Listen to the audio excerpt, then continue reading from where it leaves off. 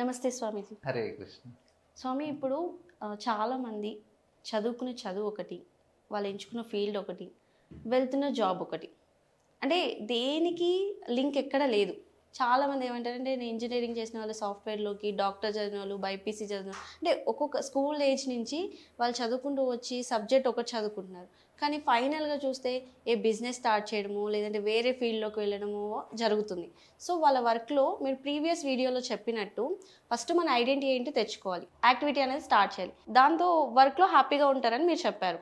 So ఈ different అవ్వడం వల్ల వర్క్లో అంటే హ్యాపీగా ఉండరు, అసలు తను ఏం చేస్తున్నారో తనకి తెలీదు. సో వర్క్లో హ్యాపీగా ఉండాలి అంటే ఏం చేస్తే బెటర్ అంటారు?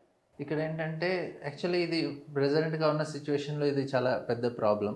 ఎందుకంటే చాలామందికి ఫైనాన్షియల్ సిచ్యువేషన్ ప్రకారంగా వాళ్ళు వర్క్ ఏదైతే చేస్తున్నారో వాళ్ళకి నచ్చని వర్క్ కూడా చేస్తున్నారు. ఎందుకంటే దాని నుంచి డబ్బులు వస్తున్నాయి కాబట్టి. సో మనకి చాలా వరకు ఇది ఒక క్వశ్చన్ మార్క్ అనమాట. ఓకే, నేను చేయాలి వర్క్, నాకు నచ్చకపోయినా కానీ, ఎందుకంటే at the end of the month నాకు శాలరీ వస్తుంది కాబట్టి. సో ఇలాంటి సిచ్యువేషన్లో దానివల్ల నేను ముందు డిస్కస్ చేసుకున్నట్టుగా భగవద్గీతలో చెప్తున్నారు కృష్ణుడు, శ్రేయాన్ స్వధర్మ విఘ్న. మీ సైకోఫిజికల్ నేచర్ ప్రకారంగా యాక్టివిటీ చేయండి, దాంట్లోనే హ్యాపీనెస్ ఉంటుంది. సో ఎలా ఈ వర్క్ నా సైకోఫిజికల్ నేచర్ ప్రకారంగా కాదు, కానీ కంపల్సరీ చేయాల్సి వస్తుంది, ఎందుకంటే నాకు ఆప్షన్ లేదు కాబట్టి. ఫైనాన్షియల్ సిచ్యువేషన్ ఇప్పుడు ప్రజెంట్ అందరికీ ఈ ప్రాబ్లం ఉంటుంది, చాలా వరకు ఈ ప్రాబ్లం ఉంది. సో వారికి ఏం ఫార్ములా ఇస్తున్నారంటే, యాక్చువల్లీ భగవద్గీతలో కృష్ణ ఫార్ములా ఇచ్చారు. ఇది నేను యూనివర్సిటీలో ఒక క్రెడిటెడ్ కోర్స్ చేశాను అనమాట, సైన్స్ ఆఫ్ వెల్ బీయింగ్ అని. సో ఏం చెప్తున్నారా అని నేర్చుకోవడానికి ఆ కోర్స్ చేసినప్పుడు దాంట్లో వాళ్ళు ఏం చెప్తున్నారంటే సిగ్నేచర్ స్ట్రెంగ్త్ అని చెప్పారు. సిగ్నేచర్ స్ట్రెంగ్త్ అంటే వాళ్ళు ఏమంటున్నారంటే, నైనా నువ్వు వర్క్ చేస్తున్నావు, నువ్వు నీ యాక్టివిటీస్ అన్నీ చేస్తున్నావు, వారానికి ఒక 2-3 అవర్స్ నీకు నచ్చిన యాక్టివిటీ చెయ్యి. నీ సిగ్నేచర్ స్ట్రెంగ్త్ అంటే నువ్వు ఆ యాక్టివిటీలో ఒక హ్యాపీనెస్ నువ్వు ఎక్స్పీరియన్స్ చేస్తావు. నీకు దాని నుంచి ఎటువంటి రివార్డ్ అవసరం లేదు, రిటర్న్స్ ఏం అవసరం లేదు, నువ్వు జస్ట్ యాక్టివిటీ హ్యాపీగా ఉంది, నీకు ఏం రిటర్న్ లేకుండా. సో అట్లాంటి యాక్టివిటీ నువ్వు సెలెక్ట్ చేసుకొని వారానికి ఒక 2-3-4-5 అవర్స్ చేయమని చెప్తారు. సో ఇలా ఏంటంటే కొంతమంది బైక్ రైడింగ్స్, కొంతమంది ట్రెక్కింగ్ అనో, కొంతమంది వెళ్ళి గోశాలలో సేవ చేయటము, కొంతమంది సమ్ వెల్ఫేర్ యాక్టివిటీ, కొంతమంది వెళ్ళి క్రికెట్ ఆడుకోవటము, ఫుట్బాల్ ఆడుకోవటము, ఏదో ఒక యాక్టివిటీ, వాళ్ళకి పెయింటింగ్ వేయటము, సింగింగ్ చేయటము, లేకుంటే వెళ్ళి అలాంటి క్లబ్స్లో జాయిన్ అవటం, ఇన్స్ట్రుమెంట్ నేర్చుకొని, చాలా యాక్టివిటీస్ వాళ్ళకి ఆ నచ్చిన యాక్టివిటీ వాళ్ళు ఒక వీక్లీ 2-3 అవర్స్ చేయాలి. దీన్ని సిగ్నేచర్ స్ట్రెంగ్త్ అంటారు. యాక్చువల్లీ ఇదే కృష్ణుడు ఏమంటున్నారంటే స్వధర్మ అని చెప్తున్నారు. ఆయన నీకు ఒక నచ్చిన యాక్టివిటీ అని ఉంటుంది, నీకు కావాలి. నేను వెళ్ళి ఒక పిల్లలకి టీచింగ్ చేసి వస్తాను, మీరు ఈ ప్రొఫెషనల్, మీకు టీచింగ్ ఇష్టం, సో మీరు వారానికి ఒక ఆపర్చునిటీ తీసుకొని వెళ్ళి ఫ్రీగా టీచింగ్ చేసి వచ్చేస్తారు. సో మీకు ఒక సాటిస్ఫాక్షన్ ఉంటుంది ఆ వీక్ మొత్తానికి, అరే నాకు నచ్చిన యాక్టివిటీ చేశాను. సో అలా మనం ఒక నచ్చిన యాక్టివిటీని సెలెక్ట్ చేసుకొని వారానికి కొన్ని అవర్స్ దాన్ని కేటాయించాలి. సో మనకి వీక్ మొత్తం మనకి నచ్చిన యాక్టివిటీ చేసినా కానీ దాని నుంచి వచ్చిన ఏదైతే స్ట్రెస్, దాని నుంచి ప్రెషర్ అయితే ఉంటుందో అక్కడ రిలీవ్ అయిపోతుంది, ఎందుకంటే ఒక సాటిస్ఫాక్షన్ ఇక్కడ వస్తుంది కాబట్టి. సో అలా మీరు బ్యాలెన్స్ చేసుకోవచ్చు. సో ఇది కంపల్సరీ చేయాల్సింది. కొంతమంది రన్నింగ్స్ ఉంటాయి, మ్యారథాన్ రన్నింగ్, ట్రెక్కింగ్ ఉంటుంది, లాంగ్ డ్రైవ్లో ఏం మజా ఉంది, ఇక్కడి నుంచి సూర్యాపేట లేకుంటే శ్రీశైలం ఎక్కడికో వెళ్ళిపోతారు బండి తీసుకొని, పొద్దున్న లేచి.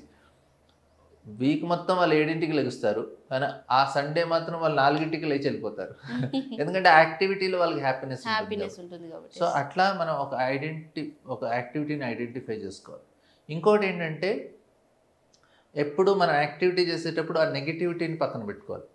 నాకు నచ్చంది చేస్తున్నాను బోర్ కొడుతుంది, నాకు నచ్చంది చేస్తున్నాను బోర్ కొడుతుంది, ఇట్లాంటి ఏదైతే నెగిటివ్ ఫీల్ ఉంటుందో యాక్టివిటీలో అది కూడా మనం రిడ్యూస్ చేసుకోవాలి.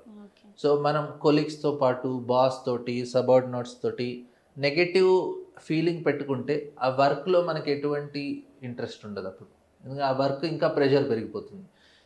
మనం ఉన్న వాళ్ళతో పాటు వాళ్ళ నెగిటివ్ ఉంటుంది, ప్రతి ఒక్క వ్యక్తిలో నెగిటివిటీ ఉంటుంది, కానీ ఆ నెగిటివిటీని చూడకుండా మీరు ఆ సిచ్యువేషన్లో వాళ్ళలో ఉన్న పాజిటివ్ వాళ్ళ క్వాలిటీస్ని, పాజిటివ్ వాళ్ళ బిహేవియర్ని అదే మీరు చూడగలిగితే, అంటే ఆ ప్రాక్టీస్ చేసుకుంటే మీరు వర్క్లో మీకు అది నచ్చకపోయినా కానీ అంత లోడ్ ఉండదు. ఇప్పుడు నాకు బాస్ నచ్చలేదు అనుకోండి, ఫస్ట్ వర్క్ నచ్చలేదు, నాకు బాసు నచ్చలేదు, సో దానివల్ల ఏమవుతుందంటే డబల్ ప్రెషర్ అనమాట. ఈయన గురించి ఇంత కష్టపడాలా నేను, నా లైఫ్లో వాల్యుబుల్ నో రోజుకి ఒక 10 గంటలు వాల్యుబుల్ టైం నా లైఫ్లోది ఈ వ్యక్తికి నేను ఇస్తున్నాను ఒక డిస్సాటిస్ఫాక్షన్ వచ్చేస్తుంది. వర్క్లో లేదు, యాక్టివ్ పర్సన్తో లేదు. సో దానివల్ల డబుల్ అన్హ్యాపీనెస్, అది ఇంకా ప్రెషర్ పెరిగిపోతుంది. సో మనం అట్లీస్ట్ వర్క్లో నచ్చకపోయినా కానీ పీపుల్ పట్ల నెగిటివిటీ ఉంచుకోకూడదు. ఆయన ఎంత నెగిటివ్గా బిహేవ్ చేసినా కానీ మనం అనుకోవాలి, సరే ఈవెన్ హీఈస్ నెగిటివ్, నా కర్మ నాకు వస్తుంది, he must be good person. ఆయన పోస్ట్ మ్యాన్ లాగా నా లెటర్ నాకు ఇస్తున్నారు. ఇప్పుడు నాకు ఏదన్నా బ్యాడ్ టెలిగ్రామ్ ఏదైనా ఇచ్చారనుకోండి పోస్ట్ మ్యాన్, నేను పోస్ట్ మ్యాన్ ఏమీ తప్పు పట్టను, ఎందుకంటే ఆయన చేసే జాబ్ ఆయన చేస్తున్నారు. సో నా కర్మ నాకు తిరిగి వస్తుంది. నేను ఎవరినో ఈ విధంగా టార్చర్ చేసి ఉంటానేమో, ఆ కర్మ నాకు తిరిగి వస్తుంది అనుకుంటాం. సో ఆ రకంగా మనం ఒక రకమైన క్వశ్చన్ ఇస్తున్నాం మన మైండ్కి. దానివల్ల మనం నెగిటివిటీ పెంచుకోవటం వల్ల ఆ వ్యక్తికి ఏం లాస్ ఉంటుంది, నష్టం మనకే. సో మనం నా కర్మ అనుకుంటే ఈజీ అయిపోతుంది లైఫ్.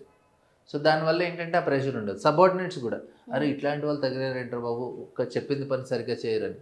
సో మనం ట్రై చేస్తాం బెస్ట్ వాళ్ళతో చేయించడానికి, కానీ మైండ్లో కూడా ఈ ఫీలింగ్ పెట్టుకుంటాం, సో నా కర్మ ప్రకారంగా నాకు వచ్చింది, విల్ ట్రై టు. సో ఇదేంటంటే ఏదో జస్ట్ ఎస్కేప్ అవటం కాదు, మనం పాజిటివ్గా ఉండటానికి. సో దానివల్ల మీకు ఆ ప్రెషర్ ఉండదు వర్క్లో, నచ్చిన వర్క్. తర్వాత నెక్స్ట్ వచ్చి సిగ్నేచర్ స్ట్రెంత్. సో ఈ 2 ఫార్ములాస్ మీరు అప్లై చేయాలి. సో దానివల్ల ఏంటంటే you can be in a very good situation. So కృష్ణుడు చెప్పిన ఫార్ములా ప్రాపర్గా మనకి కృష్ణుడు క్లియర్గా చెప్తున్నాను, ఆయన ఈ ఎవరి పట్ల ఆ నెగిటివిటీ ఉంచుకోకూడదని. సో మనం అందరినీ ప్రాపర్గా ట్రీట్ చేయాలి, చాలా రెస్పెక్ట్ఫుల్గా ఉండాలి. సో ఈ ఫార్ములాస్ ఎప్పుడూ పనిచేస్తాయి, ఇది యూనివర్సల్ ఫార్ములాస్. మీరు రెస్పెక్ట్ఫుల్గా ఉన్నారనుకోండి, మీకు అన్ని చోట్ల హెల్ప్ఫుల్గా ఉంటుంది. సో అందరికీ ప్రాపర్గా రెస్పెక్ట్ ఇచ్చి మీరు చూడొచ్చు, అట్లా రెస్పెక్ట్ ఇచ్చే వాళ్ళు ఎప్పుడు హ్యాపీగానే ఉంటారు. మీరు ఎట్లాంటి అబ్జర్వ్ చేయండి, ఎవరైతే రెస్పెక్ట్ఫుల్గా ఉంటారో అందరి పట్ల వాళ్ళు హ్యాపీగా ఉంటారు, వాళ్ళకి నచ్చకపోయిన సిచ్యువేషన్స్లో కూడా. So you have to follow that. మీరు అది ఫాలో చేయండి, ఈ 2 formulas, signature strength plus respectful. Okay sir, thank you so much sir. వర్క్లో ఈ ప్రెషర్ అనేది ఎలా తగ్గించుకోవాలి అంటే రెస్పెక్ట్ఫుల్ కానీ అండ్ నెగిటివిటీ అనేది ఫస్ట్ మనం పెంచుకోకూడదు, మన కర్మఫలం వల్లే అలా వస్తుంది అనేసి మనం ఫస్ట్ అర్థం చేసుకోవాలి. సో అలా చేసుకుంటే వర్క్లో హ్యాపీగా వర్క్ చేసుకోవచ్చు. Thank you so much sir. Hare Krishna.